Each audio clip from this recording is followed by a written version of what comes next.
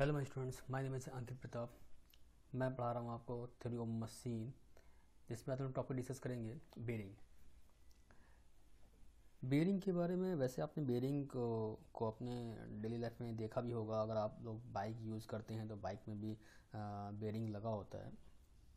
और आपकी बहुत सारी मशीन्स में जो आपके घर में पंप लगा हुआ है, टुल्लू, उसमें भी आप देखेंगे तो आपको बेरिंग का यूज़ मिल जाएगा। अब देखते हैं कि बेरिंग की डेफिनेशन क्या है।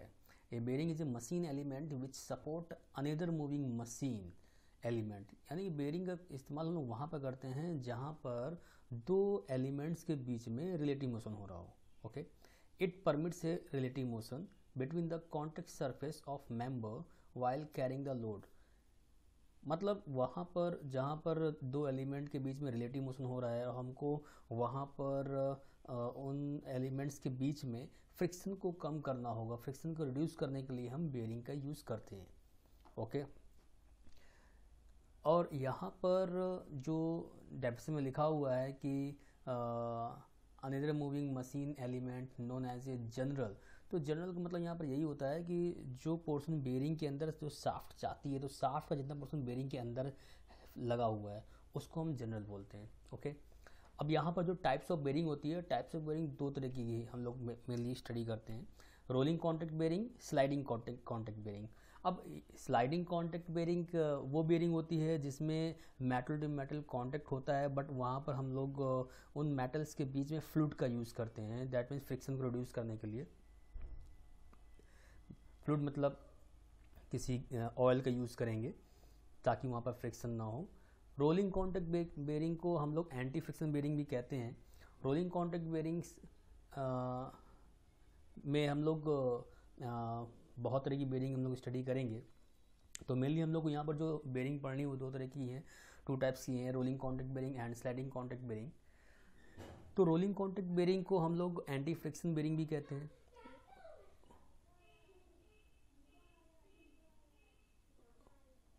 रोलिंग कॉन्टैक्ट बेरिंग को हम लोग एंटी फ्रिक्शन बेरिंग कहते हैं due to its low friction. क्योंकि यहाँ पर हम लोग रोलिंग कॉन्टैक्ट बेरिंग को आखिर हम लोग क्यों बोलते हैं एंटी फ्रिक्शन बेरिंग, क्योंकि यहाँ पर फ्रिक्शन की वैल्यू बहुत कम हो जाती है जिसमें बेरिंग घूमना शुरू करता है।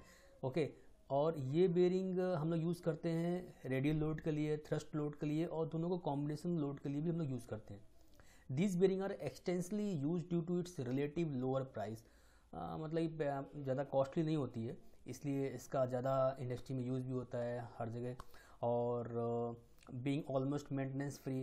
अब ऑब्वियस सी बात है, जब एंटी फ्रिक्शन है, फ्रिक्शन नहीं होगा तो यहाँ पर हीट नहीं होगी, हीट नहीं होगी तो फिर यहाँ पर थोड़ा सा मेंटेनेंस फ्री हो जाती है। यानी कि आपको बार बार इसमें ऑयलिंग नहीं करनी है। एक लिमिटेड पीरियड के बाद आप ग्रीसिंग कर दीजिए। एक मतलब ये मान लीजिए 25 डेज एक टेबल टाइम होता है, प्रोडक्ट टाइम, उसके अकॉर्डिंग आप इसकी मेंटेनेंस कर सकते हैं। बस ग्रीस का यूज़ करना है, ना कि यहाँ पर कोई फ्लूइड डालना है आपको, यानी ऑयल को यूज़ नहीं करना होता है। How friction increase at high speed, but यहाँ की एंटी फ्रिक्शन बेरिंग की एक प्रॉब्लम ये है कि ज़्यादा स्पीड पर जब बेरिंग घूमती है तो यहाँ पर फ्रिक्शन ज़्यादा बनने लगता है। वैसे इसका नाम क्या है, एंटी फ्रिक्शन बेरिंग, यानी कि एक जो स्पीड है उस पर डिज़ाइन किया गया है। उस स्पीड से अगर ज़्यादा बेरिंग का स्पीड होगा तो उसमें क्या हो जाएगा, बेरिंग में फ्रिक्शन की वैल्यू बहुत ज़्यादा हो जाती है। ठीक है, for rolling on and it may B noisy, यानी जब फ्रिक्शन बढ़ जाएगा तो ऑब्वियस बात है आवाज़ नॉइजी हो जाएगा। ठीक है, नॉइज भी करेगा। In rolling contact bearing, the contact between the bearing surface is rolling instead of sliding as in sliding contact bearing. Actually में यहाँ पर दो केज होते हैं, मैं आपको दिखाने की कोशिश करता हूँ रोलिंग बेरिंग को। ये देखिए, ये है आपका रोलिंग कॉन्टैक्ट बेरिंग, ठीक है, जिसको आप एंटी फ्रिक्शन बेरिंग बोलते हैं। अब यहाँ पर देखिए ये क्या है, ये आप इसको बोलते हैं आउटर रेस बोलते हैं, और इसको बोलते हैं इनर रेस बोलते हैं। यहाँ पर ये जो बॉल्स लगी हुई हैं, और इस बॉल्स किसके अंदर है, केज के अंदर। केज को रिटेनर ही बोलते हैं। ठीक है, केज के अंदर बॉल्स होती हैं तो एक हर बॉल के बीच में एक गैप को मेंटेन करने के लिए। ओके, अब देखिए यहाँ पर ये ऊपर लगा है मेटल, यहाँ नीचे मेटल लगा हुआ है। इस डाया में आपकी साफ्ट लग जाएगी। यहाँ पर साफ्ट लग जाएगी तो ये पोर्शन जब रोटेट करेगा, ये पोर्शन जब रोटेट करेगा ऊपर वाला पोर्शन क्या हो जाएगा, फिक्स हो जाएगा। तो देन यहाँ पर रोलर भी नहीं, रोलर क्या हो, रोलर ये आपको क्या है, स्पेरिकल शेप में होते हैं आपके जो बॉल्स होती हैं। तो यहाँ पर ऊपर ऊपर जो कहते हैं कॉन्टैक्ट आएगा, ये पॉइंट कॉन्टैक्ट आएगा, नीचे भी क्या आएगा, पॉइंट कॉन्टैक्ट आएगा, इसीलिए यहाँ पर फ्रिक्शन की वैल्यू बहुत कम हो जाती है। Okay, we have already discussed that ordinary sliding bearing starts from rest with practically metal to metal contact and has a high coefficient friction। यानी कि जो मैं बात कर रहा था फ्रिक्शन बेरिंग, तो फ्रिक्शन बेरिंग मैंने जो को बताया था कि दो तरह की बेरिंग होती है, एक रोलिंग कॉन्टैक्ट बेरिंग होती है और एक फ्रिक्शन बेरिंग होती है। फ्रिक्शन बेरिंग में होता है कि मेटल मेटल कॉन्टैक्ट में रहता है, जब मेटल मेटल कॉन्टैक्ट में रहेगा तो वहाँ पर स्टार्टिंग में जो फ्रिक्शन होगा वो भी क्या होगा, बहुत ज़्यादा होगा। ओके, स्टार्टिंग फ्रिक्शन क्या होगा, वो ज़्यादा होगा। ओके, तो ये चीज़ यहाँ पर आपको नहीं मिलेगी, क्योंकि यहाँ पर क्या है, पॉइंट कांटेक्ट होता है मेटल टू मेटल में, देखा है ना, बॉल्स बीच में रहती हैं, तो जब पॉइंट टू पॉइंट कांटेक्ट में रहेगा तो ऑब्वियसली फ्रिक्शन की वैल्यू स्टार्टिंग में बहुत ही कम रहेगी। ये एक बहुत ही अच्छा एडवांटेज है किसके लिए, एंटी फ्रिक्शन बेरिंग या रोलिंग कॉन्टैक्ट बेरिंग का, किसके कंपेयर में, फ्रिक्शन बेरिंग कंपेयर में। ओके, वही लिखा हुआ, it is an outstanding advantage of a rolling contact bearing over a sliding bearing that it has a low starting friction. To this low friction offered by rolling contact bearing, these are called anti friction bearing. वही जो मैं बात बोल रहा था, क्योंकि यहाँ पर फ्रिक्शन की वैल्यू बहुत कम होती है, इसीलिए इसको एंटी फ्रिक्शन बेरिंग भी कहते हैं। आइए कुछ एडवांटेज की बात कर लेते हैं। ये जो एडवांटेज हैं किसके हैं, रोलिंग कॉन्टैक्ट बेरिंग के हैं। किसके कंपेयर में कर रहे हैं एडवांटेज, हम कंपेयर कर रहे हैं किससे, फ्रिक्शन बेरिंग कंपेयर में, ध्यान रखिएगा। ओके, फ्रिक्शन बेरिंग के कंपेयर में मैं यहाँ पर एडवांटेज आपको बता रहा हूँ। Low starting and running friction except at very high speed, यानी कि रोलिंग कॉन्टैक्ट बेरिंग में या एंटी फ्रिक्शन बेरिंग में फ्रिक्शन की वैल्यू बहुत कम होती है, एक्सेप्ट बहुत ज़्यादा, अगर आप हाई स्पीड पे इसको रोटेट करेंगे तभी फ्रिक्शन की वैल्यू क्या हो जाएगी, बहुत ज़्यादा हो जाएगी, अदरवाइज फ्रिक्शन वैल्यू बहुत कम रहती है। सेकेंड पॉइंट है ability to withstand momentary shock load, यानी कि इसके अंदर शॉक लोड को एब्जॉर्ब करने की कैपेसिटी होती है, एबिलिटी होती है। ठीक है, third one accuracy of shaft alignment, जो साफ्ट है ना वो उसका अलाइनमेंट, यानी कि वो सेंट्रलाइज रहता है, यानी कि जो साफ्ट की एक्सिस रहती है वो क्या रहेगी, सेंट्रलाइज रहेगी। ठीक है, उसकी साफ्ट का जो अलाइनमेंट है वो आउट नहीं होता है इसकी वजह से। Low cost of maintenance as no lubrication is required while in service, obvious सी बात है, एंटी फ्रिक्शन बेरिंग में हमने आपको बताया था कि इस यहाँ पर मेंटेनेंस की ज़रूरत कम पड़ती है, क्योंकि यहाँ पर कोई फ्लूइड तो आपको फिल करना नहीं है, कभी आपने महीने 2 महीने में ग्रीस का इस्तेमाल कर लिया, लगा दिया एक बार, ठीक है, फिर चलती रहती है। तो क्या है, जब आप अगर इसका मेंटेनेंस क्या है, बहुत ही कम होता है। स्मॉल ओवरऑल डायमेंशन में भी क्या होता है, स्मॉल होता है। रिलायबिलिटी ऑफ सर्विस करना इसका आसान होता है, रिलायबिलिटी है। ठीक है, easy to mount and erect, shaft के ऊपर आपको इसको लगाना और निकालना दोनों आसान है, और क्लीनेस रहता है, जो ऑब्वियस सी बात है कि एंटी फ्रिक्शन बेरिंग है, ज़्यादा वहाँ पर कहते हैं ग्रीसिंग भी कभी कभार की जाती है, तो सफाई रहती है, मतलब साफ़ रहता है। डिसएडवांटेज क्या है, ये भी डिसएडवांटेज जो मैं बात कर रहा हूँ, ये भी किससे कंपेयर में बात कर रहा हूँ, ये भी मैं बात कर रहा हूँ आपका फ्रिक्शन बेरिंग कंपेयर में। किसका है ये, anti friction bearing. More noisy at very high speed, obviously पहले बता चुका हूँ कि जब बहुत ज़्यादा स्पीड पे चलेगा बेरिंग तो यहाँ पर बहुत ज़्यादा आवाज़ करेगा, जब फ्रिक्शन ज़्यादा हो जाएगा तो आवाज़ ज़्यादा करेगा। Low resistance to shock loading, ये प्रॉब्लम है, ये इसका डिसएडवांटेज है कि low resistance to shock loading, यानी कि इसका जो रेजिस्टेंस रहता है वो लो है शॉक लोडिंग के लिए। मोर इनिशियल कॉस्ट क्या ज़्यादा है। Design of bearing housing complicated, यानी कि जिसके जो हाउसिंग होती है ना इसकी, इनर एस आउटर, उसकी डिजाइनिंग थोड़ी सी कहते हैं कॉम्प्लिकेटेड होती है। ठीक है, अब देखिए ये मैंने आपको दिखाया कि बेरिंग इस तरीके से होता है, रोलिंग कॉन्टैक्ट बेरिंग जो आपका है, ये मैंने आउटर रेस बताया था, ये इसका इनर रेस हो गया। अब देखिए आउटर रेस और इनर रेस के बीच क्या, ये देखिए ये पोर्शन देख रहे हैं, ये कटा हुआ है थोड़ा सा, क्या कि बॉल यहाँ पर, बॉल इसकी दाएँ बाएँ बॉल चले तो इसी पे ही रोटेट करें, दाएँ बाएँ निकल जाए, तो इसलिए यहाँ पर क्या होता है, थोड़ा सा का पोर्शन काट दिया जाता है। ठीक है, ताकि यही केम ऊपर भी रहता है, देखिए यहाँ भी कटा हुआ ना, ताकि जो आपके बॉल्स हैं मेटल्स के, ये इसके बीच में रहें, दाएँ बाएँ ना मूव कर जाए या फिर निकल ना जाए। ओके, इसको केज बोलते हैं, और ये आपका रोलर एलिमेंट वे बॉल है, ये आपका इनर रेस हो गया, आउटर रेस हो गया, ये तो बता दिया था। अब देखिए क्वेश्चन है कि average value of effective coefficient of friction for bearing are describe below. ये बोला गया है कि स्फेरिकल बॉल बेरिंग है जिसका फ्रिक्शन F1 बोला गया है, सिलेंड्रिकल रोलर बेरिंग है जिसका फ्रिक्शन F2 बोला गया है, टेपर्ड रोलर बेरिंग है जिसका फ्रिक्शन F3 बोला गया है, और स्लाइडिंग कॉन्टैक्ट बेरिंग जिसका फ्रिक्शन F4 बोला गया है। अब देखिए यहाँ पर ये बोला गया है कि हमें यहाँ पर ये लगाना है, सीक्वेंस में लगाना है कि बढ़ते हुए क्रम में, यानी क्या कहते हैं कि किसका फ्रिक्शन सबसे ज़्यादा होगा। तो मैं आपको बता दूं कि स्लाइडिंग कॉन्टैक्ट बेरिंग का फ्रिक्शन सबसे ज़्यादा रहता है। ओके, अब ये भी तुम्हारी रोलिंग कॉन्टैक्ट बेरिंग है, ये भी तुम्हारी रोलिंग कॉन्टैक्ट बेरिंग है, ये भी तुम्हारा रोलिंग कॉन्टैक्ट बेरिंग है। फ़र्क इतना है कि यहाँ पर बॉल इस्तेमाल किया गया है, यहाँ पर रोलर इस्तेमाल किया गया है, और यहाँ पर टेपर्ड रोलर इस्तेमाल किया गया है। तो अब आपको देखना ये है कि सबसे ज़्यादा फ्रिक्शन किस में आएगा, F4 में आएगा, फिर टेपर्ड रोलर बेरिंग में आएगा, फिर सिलेंड्रिकल रोलर बेरिंग में आएगा, फिर बॉल बेरिंग है, स्पेरिकल बॉल बेरिंग में। सबसे कम फ्रिक्शन किस में आएगा, F यानी स्पेरिकल बॉल बेरिंग में। उससे ज़्यादा सिलेंड्रिकल रोलर बेरिंग में आएगा, उससे ज़्यादा टेपर्ड रोलर बेरिंग में आएगा, और सबसे ज़्यादा किस में आएगा, स्लाइडिंग कॉन्टैक्ट बेरिंग। आपको ये पता ही है कि स्लाइडिंग कॉन्टैक्ट में क्या होता है, एक्चुअली में मेटल टू मेटल क्या होता है, कॉन्टैक्ट में रहता है ना, इसलिए यहाँ पर क्या होता है, स्लाइडिंग फ्रिक्शन बेरिंग सबसे ज़्यादा होती है। उसके टेपर्ड रोलर बेरिंग की मैं बात करूँ तो टेपर्ड रोलर और बॉल बेरिंग तो समझ में आता है। बॉल बेरिंग में क्या होता है कि मेटल जो बॉल्स होती हैं और जो ऊपर इनर रेस होता है, जो आउटर रेस होता है, उनमें बॉल का कॉन्टैक्ट पॉइंट होता है, इसलिए फ्रिक्शन बहुत कम होता है। ओके, तो एक बात आपको समझ में आ गई कि सबसे कम फ्रिक्शन स्फेरिकल बॉल बेरिंग का होता है, और सबसे ज़्यादा यहाँ पर किस पे हो जाएगा, स्लाइडिंग कॉन्टैक्ट बेरिंग होगा इस क्वेश्चन के लिए। लेकिन अब रोलर बेरिंग की ये सिलेंड्रिकल शेप होता है रोलर का, और जो टेपर रोलर होता है ये अभी आपको समझ नहीं आया क्योंकि मैंने इसका दिखाया नहीं कैसे इसके डायग्राम्स रहते हैं, कैसे बस ये मैं बता सकता हूँ आपको कि यहाँ पर जो बॉल्स लगी, बॉल लगा क्या कहते हैं, सिलेंड्रिकल शेप में यहाँ पर रोलर लगे होते हैं, समझ गए। यहाँ पर जो बॉल्स हैं ये स्पेरिकल शेप में होगा, ये सिलेंड्रिकल शेप में होंगे, और इसी को टेपर कर दिया जाएगा तो वो क्या हो जाएगा, टेपर रोलर हो जाएगा।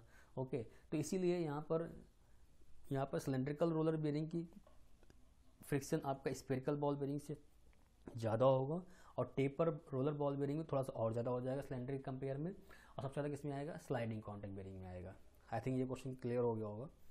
अब मैं बताता हूँ कि यहाँ पर एक मैंने ग्राफ ड्रॉ किया हुआ है फ्रिक्शन ऑफ शाफ्ट की स्पीड में।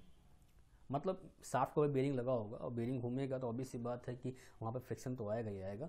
तो मैंने फ्रिक्शन स्पीड में एक ग्राफ ड्रॉ किया हुआ, ये जनरल का है नहीं, फ्रिक्शन बेरिंग का है। मतलब कि रोलर पे कितना रोलर लगा होगा अगर, और अगर बॉल बेरिंग होगा, ठीक है, तो उस केस में कैसे फ्रिक्शन ऑफ शाफ्ट की स्पीड में एक ग्राफ ड्रॉ होगा।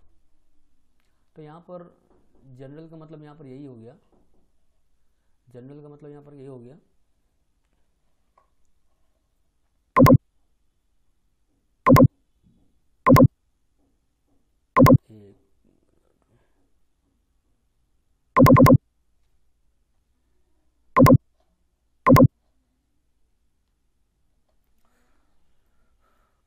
तो हम लोग ग्राफ की बात कर रहे थे। ग्राफ में ये समझ रहे थे कि फ्रिक्शन और शाफ्ट के बीच में अगर एक ग्राफ ड्रॉ किया जाए, हम लोग मतलब अगर जो हमारे पास बेरिंग है उसमें रोलर लगा हो, और अगर बॉल लगा हो, और यहाँ पर जनरल की बात कर रहे हैं तो यानी कि फ्रिक्शन बेरिंग हो गया। तो यहाँ पर क्या होगा कि देखिए जैसे स्पीड बढ़ता जाएगा फ्रिक्शन की वैल्यू बढ़ता जाएगा। ओके, यानी फ्रिक्शन वैल्यू यहाँ तक बढ़ गया, किसके लिए, ये जनरल के लिए। उसके बाद रोलर की बात कर रहे हैं, तो रोलर के केस में यानी कि जो एंटी फ्रिक्शन बेरिंग है उसमें अगर रोलर लगा हुआ है तो रोलर केस में भी जब स्पीड बढ़ा होगा तो फ्रिक्शन बढ़ेगा ही बढ़ेगा। उसके बाद लेकिन बॉल बेरिंग यानी कि आपका भी ये भी एंटी फ्रिक्शन बेरिंग में ही आता है। इस बेरिंग में आप देख रहे हैं कि जैसे जैसे आप स्पीड बढ़ा रहे हैं वैसे वैसे फ्रिक्शन क्या हो रहा है, बढ़ रहा है। तो इस ग्राफ से एक चीज़ हमको समझ में आती है कि जनरल का सबसे ज़्यादा फ्रिक्शन होगा, उसके बाद आपका बॉल बेरिंग का फ्रिक्शन होगा, और उसके सबसे कम किसका होगा, रोलर बेरिंग का आपका फ्रिक्शन होगा। देखो रोलर और बॉल बेरिंग तो आपका दोनों ही क्या कहते हैं एंटी फ्रिक्शन बेरिंग का ही में ही आते हैं, ठीक है। तो एक बात समझ में आ गई ग्राफ देखने के बाद कि जनरल का सबसे ज़्यादा फ्रिक्शन होगा, उसके बाद रोलर का होगा, यानी कि क्या कहते हैं जो तुम्हारा रोलर बेरिंग है, और सबसे कम किसका होगा, सबसे ज़्यादा कहते हैं जनरल का है फ्रिक्शन, उसके बाद तुम्हारा कहते हैं बॉल बेरिंग का है, उसके रोलर बेरिंग का है। Okay, types of rolling contact bearing. अब देखिए रोलिंग कॉन्टैक्ट बेरिंग में भी इसको डिवाइड किया गया है। रोलिंग कॉन्टैक्ट बेरिंग यानी कि एंटी फ्रिक्शन बेरिंग, इसको दो पार्ट में डिवाइड किया गया है, बॉल बेरिंग और रोलर बेरिंग। तो बॉल बेरिंग मैं आपको दिखाई चुका हूँ कि जो आपका सॉरी इनर रेस और आउटर रेस के बीच में जो बॉल्स लगी होती हैं, ठीक है। रोलर बेरिंग में क्या होगी, रोलर लगे होंगे, okay.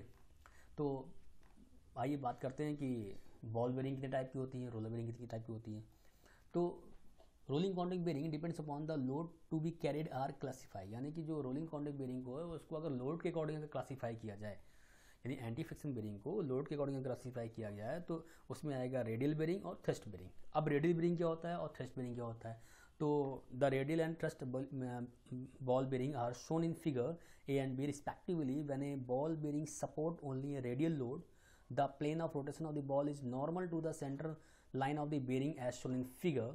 The action of the thrust load is to shift the plane of the rotation of the ball as shown in figure. The radial and thrust load both may be carried simultaneously. अब इतना कुछ पढ़ने के बाद English अंग्रेजी में I think आपको कुछ चीज़ें समझ में आई भी होंगी, कुछ नहीं भी आई होंगी। तो एक कंसेप्ट मैं आपको बता देता हूँ। जैसे मान लीजिए ये आपकी बेरिंग है। अब इस बेरिंग में देखिए ये बेरिंग ऐसे रोटेट करेगी, यूँ रोटेट करेगी, ठीक है। ये चाहे एंटी क्लॉकवाइज करे चाहे क्लॉकवाइज करे।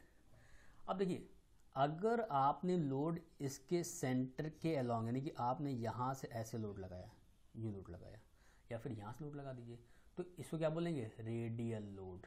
क्या बोलेंगे, रेडियल लोड। और अब देखिए बेरिंग जिस डायरेक्शन में रोटेट कर रहा है, ठीक है, और यहाँ साफ्ट होगा तो इसका एक्सिस ऐसे होगा। अगर आपने इस साफ्ट की एक्सिस के अलॉन्ग आपने फोर्स अप्लाई किया हुआ तो क्या बन जाएगा, थ्रस्ट फोर्स। वही देखिए यहाँ पर लगा हुआ है। अगर आपने इस बेरिंग के रेडियस के सेंटर पॉइंट के अलॉन्ग, जो इसका सेंटर पॉइंट होगा बेरिंग का, उसके अलॉन्ग आपने लगाया तो इसको बोलेंगे रेडियल फोर्स। इसके अगर मान लीजिए अगर आपने साफ्ट की एक्सिस के अलॉन्ग लगाया तो इसको बोलेंगे थ्रस्ट फोर्स बोलेंगे। वही चीज़ यहाँ पर डायग्राम दिखाया गया। देखिए ये बेरिंग है, लोड ऐसे लग रहा है तो इसको बोला गया है आपने रेडियल बॉल बेरिंग। और अगर मान देखिए इस तरह से क्या होगा, इसको क्या बोलेंगे, थ्रस्ट बॉल बेरिंग। यानी कि अगर थ्रस्ट बॉल बेरिंग में क्या होगा, आउटर रेस और इनर रेस में क्या हो जाएगा, मतलब कि आपस एक दूसरे के मतलब शिफ्ट हो सकती हैं। आउटर रेस शिफ्ट हो जाएगी अलग और इनर रेस अलग शिफ्ट हो जाएगी।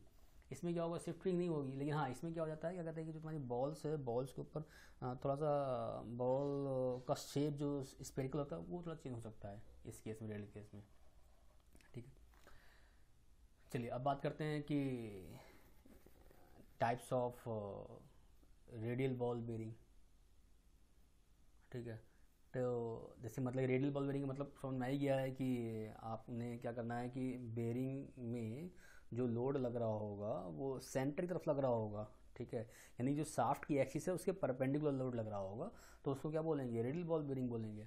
चलिए ये पहले टाइप, इसमें बहुत सारे टाइप हैं। तो आज हम लोग रेडियल बॉल बेरिंग यानी कि बॉल बेरिंग में जो रेडियल लोड लगता है बेरिंग में, उसके बारे में बात कर लेते हैं। तो पहला क्या है, single row deep groove bearing. Single row deep groove bearing. तो यहाँ पर जो single row deep groove bearing है, इसका डायग्राम मैंने यहाँ पर दिखाने की कोशिश किया हुआ है। वो सिंपल वही जो मैंने अभी डायग्राम से पहले आपको दिखाया था, यही है आपका single deep groove bearing, okay. अब the deep groove ball bearing are use to their high load carrying capacity and suitability for high running speed. The load carrying capacity of a ball bearing is related to the size and number of the balls, ठीक है। तो वो तो आपको समझ में आ ही गया होगा डायग्राम देखकर। तो सेकंड है, इसको बोलते हैं फिलिंग नॉच बेरिंग। अब देखो फिलिंग नॉच बेरिंग क्या होती है, इसमें क्या होता है कि जो आउटर रेस होती है और जो इनर रेस होती है, इसमें दोनों में नॉच कटी होती है। नॉच इसलिए कटी होती है कि अगर मान लो आपको इसमें बॉल्स को और इंसर्ट कराना है, और भी बॉल्स के अंदर इंसर्ट कराना है, तो उससे फ़ायदा क्या मिलेगा, बॉल्स इंसर्ट कराने से क्या हो जाता है कि आपकी जो बेरिंग की लोडिंग कैपेसिटी है वो बढ़ जाती है। तो जहाँ पर हमको लोड बढ़ाना होता है वहाँ पर हम लोग फिलिंग नॉच बेरिंग का इस्तेमाल कर लेते हैं। यानी कि यहाँ पर बॉल नॉच ही कटा होता है, तो यहाँ से नॉच कटा होगा तो यहाँ से ही बॉल्स और एंटर कर जाएंगी, और यहाँ से ही बॉल इनर से भी कटा होता है। तो इससे फ़ायदा ये मिलता है कि अगर मान लो हमको लोड बढ़ाना है बेरिंग शाफ्ट में या बेरिंग के ऊपर, तो हम बढ़ा सकते हैं। तो वहाँ पर यूज़ करते हैं फिलिंग नॉच बेरिंग का। वही लिखा हुआ, this type of bearing contains larger number of balls than corresponding unnotched one therefore it has a larger bearing capacity, okay. फिर क्या है, तीसरी है एंगुलर कॉन्टैक्ट बेरिंग। अब एंगुलर कॉन्टैक्ट बेरिंग का इस्तेमाल हम लोग क्यों करते हैं, देखिए angular contact bearing, this permit the bearing to carry a relatively large axial load in one direction.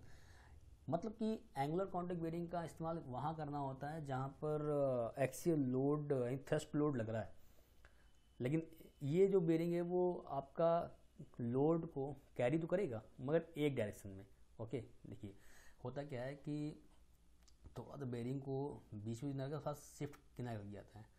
ठीक है, जो बेरिंग का कांटेक्ट था पहले, बेरिंग का जो कांटेक्ट था, देखिए अगर यहाँ देखोगे इस डायग्राम में तो देखो बेरिंग का कांटेक्ट दिख नहीं रहा है यहाँ पर, हाँ यहाँ दिख रहा है, देखिए बेरिंग कांटेक्ट यहाँ पर दिख रहा है। तो ये अगर यहाँ पर जो कांटेक्ट है वो इसके नॉर्मल होगा ना, जहाँ पर इसके नॉर्मल, ठीक है। एंगुलर में क्या होगा, ये जो कांटेक्ट होगा ना ये थोड़ा सा तिरछा होगा, थोड़ा सा तिरछा होगा, वही मैंने यहाँ पर दिखाने की कोशिश की। यहाँ पर देख लो ये जो कांटेक्ट, ये कांटेक्ट है, ये यानी इनर रेस और आउटर रेस में कांटेक्ट होगा वो थोड़ा सा तिरछा होगा। उससे फ़ायदा क्या मिलेगा, क्या कहते हैं कि आप यहाँ पर ये जो बेरिंग है ये आपका थ्रस्ट लोड को भी कैरी कर सकता है। ठीक है, while also carrying relative large radial load, radial load तो कैरी करेगा साथ में आपका यहाँ पर कहते हैं आप इस तरह का जो बेरिंग होता है वो आपका एक्सियल लोड को भी कैरी कर सकता है। ठीक है, तो जहाँ पर हमको दो बेरिंग एंगुलर में कॉन्टेक्ट बेरिंग का इस्तेमाल वहीं पर कर सकते हैं जहाँ पर दोनों लोड को हम लोग कैरी करना होगा। वो लिखा हुआ while also carrying relatively large radial load the angular contact bearing are usually used in pairs, यानी अब इनका इस्तेमाल हम लोग पेयर में करते हैं हमेशा, ध्यान रखिएगा। उसका रीजन भी है, पेयर इसलिए करते हैं ना क्योंकि भाई यहाँ पर जो एक्सियल लोड को तो एक ही डायरेक्शन में ये कैरी कर रहा है ना, इसीलिए हम लोग इसको पेयर्स में हमेशा पेयर्स में यूज़ करते हैं। डबल रो बेरिंग क्या होता है, double row bearing is appreciably narrower than two single row bearing, the load capacity of such bearing is slightly less than twice that of single row bearing. अब देखो यहाँ पर क्या है कि डबल रो बेरिंग, यहाँ पर क्या है, देखो यहाँ पर भी एक बेरिंग लगा हुआ है, एक यहाँ पर बेरिंग लगा हुआ है। ठीक है, तो जहाँ पर लोडिंग कैपेसिटी ज़्यादा होती है तो वहाँ पर हम लोग डबल रो बेरिंग का भी यूज़ कर लेते हैं। वो लिखा हुआ the double row bearing is possible narrow than two single row bearing, मतलब कहने का है कि आप दो सिंगल रो बेरिंग लगाएंगे, ठीक है, तो उससे कंपेयर में ये आपका जो थोड़ा सा नैरो रहता है डबल रो बेरिंग।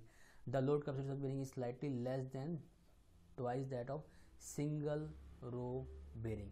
अब यहाँ पर थोड़ा सा ये क्या कहते हैं कि स्लाइटली लेस होता है, less than twice that of single row bearing का मतलब कि दो बेरिंग लगाते आप जितना लोड कैपेसिटी यहाँ पर ले सकता था, ये दो बेरिंग आपकी सिंगल वाली, तो यहाँ पर आपने डबल जो रो आपने यूज़ किया हुआ है बेरिंग में, ये थोड़ा सा कम लोड बियर कर पाएगा अगर दो बेरिंग वहाँ पर यूज़ करते हैं आप सिंगल वाली उससे कंपेयर में।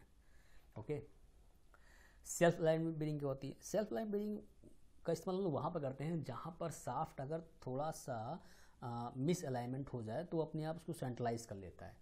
This bearing permit shaft deflection within 2 degree, अगर 2-3 डिग्री का डिफ्लेक्शन हो रहा है it may be noted that normal clearance in ball bearing are too small to accommodate and appreciable misalignment of the shaft related to the housing. If the unit is assembled with shaft misalignment present, then the bearing will be subjected to a load that may be in excess of design value and premature failure may occur. Following are the two types of self alignment. देखिए ये एक बात समझ आती है, self align bearing का हम इस्तेमाल वहाँ पर करते हैं जहाँ पर अगर शाफ्ट थोड़ा सा शिफ्ट हो जाता है अपने सेंटर से तो ये बेरिंग उसको सेंट्रलाइज कर लेगा, उसे एडजस्ट कर लेगा। ठीक है, मैं जो उसका अलाइनमेंट इधर उधर हो जाएगा तो उसको अलाइन कर लेगा, पहली बात। ठीक, अब यहाँ पर अगर डिफ्लेक्शन शाफ्ट में 2-3 डिग्री का होता भी है तो उसकी वजह से मिसअलाइनमेंट होगा तो उसको एडजस्ट कर देता है। तो वहाँ पर जहाँ पर इस तरह की प्रॉब्लम्स आती हैं वहाँ पर हम लोग सेल्फ अलाइनमेंट बेरिंग का यूज़ कर लेते हैं। अब ये दो तरह की बेरिंग होती है, self aligning bearing two types की होती है, एक एक्सटर्नली होती है और एक इंटरनली होती है। ठीक है, इतना काफ़ी है आपके लिए। और इस वीडियो को देखिए, अभी आपका ये रोलिंग कॉन्टैक्ट बेरिंग ख़त्म नहीं हुआ है, इसका सेकंड पार्ट बाकी है क्योंकि जो मैंने आज डिस्कस किया हुआ है वो आपको बॉल बेरिंग के बारे में डिस्कस किया हुआ है, रोलर बेरिंग अभी डिस्कस नहीं किया हुआ है। ठीक है, तो वो नेक्स्ट वीडियो में मैं आपको रोलर कॉन्टैक्ट बेरिंग आपको एक्सप्लेन कर दूँगा, समझा दूँगा विद उसके डायग्राम्स या फिर जो भी उसके फिगर्स यहाँ पर शो करने के बाद, जैसे आज का वीडियो मैंने बनाया हुआ है। लेकिन एक बात का ध्यान रखिएगा, थोड़ा सा इसको जो वीडियो देखने के बाद अगर चीज़ें क्लियर हो रही हों, समझ में आ रही हों, तो इसको नोट्स बनाने के बाद आप कमेंट बॉक्स में रिस्पॉन्स करिएगा ताकि मैं जो नेक्स्ट वीडियो बनाऊँ वो उसको और अच्छे से बना पाऊँ। चलिए, आज का वीडियो देखने के लिए बहुत बहुत धन्यवाद आप लोगों का। Thank you.